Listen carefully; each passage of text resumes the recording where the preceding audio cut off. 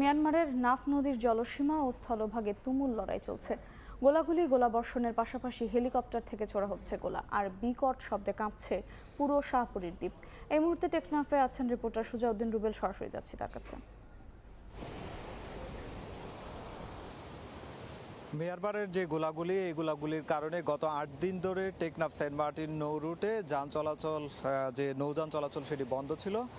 তবে অবশেষে দীর্ঘ পথ পাড়ি দিয়ে যে সাগর পথ, যেটি বিকল্প পথ বলা হচ্ছে, সেই বিকল্প পথ পাড়ি দিয়ে এর মধ্যে ৩টি ট্রলার সেন্ট মার্টিন থেকে বেলা ১২টার দিকে রওনা হয়েছিল। সেটি এখন দুপুর ২টা ৩০ মিনিট পেরিয়েছে। সেই ৩টি ট্রলারে করে যাত্রীরা, যে ট্রলারগুলো দেখতে পাচ্ছেন সেগুলো আসলে সেন্ট মার্টিন থেকে এসেছে। অনেক যাত্রী যারা অনেকে অসুস্থ রয়েছেন, আবার অনেকেই তারা যে নিজ গন্তব্যে ফেরার জন্য, যারা অনেকে সেন্ট মার্টিনে আটকা পড়েছিল, তারা নিজ গন্তব্যে ফেরার জন্য অনেক ঝুঁকি নিয়ে, এখন সাগর উত্তাল, সেই উত্তাল সাগরের মধ্যে ঝুঁকি নিয়ে কিন্তু সাগর পথে এই ট্রলারগুলো নিয়েই তারা সেন্ট মার্টিনের থেকে রওনা দিয়েছিল দুপুর ২:৩০টার দিকে। এখন পর্যন্ত তারা টেকনাফ মোন্ডারডেল এলাকায়, যেটি মেরিন ড্রাইভ সংলগ্ন, তারা যে কোনো মুহূর্তে তারা ছোট ডিঙ্গি নৌকায় করে তাদেরকে ঘাটে তোলা হবে। টেকনাফ যে জিরো পয়েন্ট রয়েছে, সেই জিরো পয়েন্টে তারা দীর্ঘ সময় ধরে আসলে টেকনাফের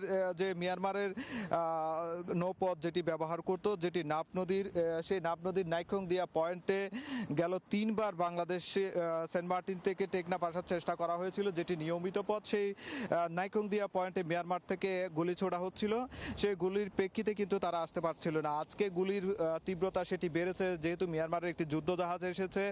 সেই যুদ্ধজাহাজ আসার কারণেই কিন্তু ব্যাপক গোলাগুলি হচ্ছিল। তবে প্রশাসন দিয়ে এটি বিকল্প পথ হিসেবে ব্যবহার করে বঙ্গোপসাগর হয়ে তারা যে টেকনাফের সেন্ট মার্টিনের যে যাত্রীগুলো, তাদেরকে সেন্ট মার্টিন থেকে টেকনাফ আনা হয়েছে। তবে এখনো পর্যন্ত প্রবালদ্বীপ সেন্ট মার্টিনের যে ১০,০০০ বাসিন্দা রয়েছে, সেই বাসিন্দাদের জন্য কোনো ধরনের খাদ্য এখনো পর্যন্ত সেন্ট মার্টিনে পৌঁছায়নি, যেটি নিশ্চিত করেছে সেন্ট মার্টিনের ইউনিট পরিষদের চেয়ারম্যান মুজিবুর রহমান। তো এই ছিল আমার কাছে টেকনাফ থেকে সবশেষ। সরাসরি যুক্ত ছিল টেকনাফে।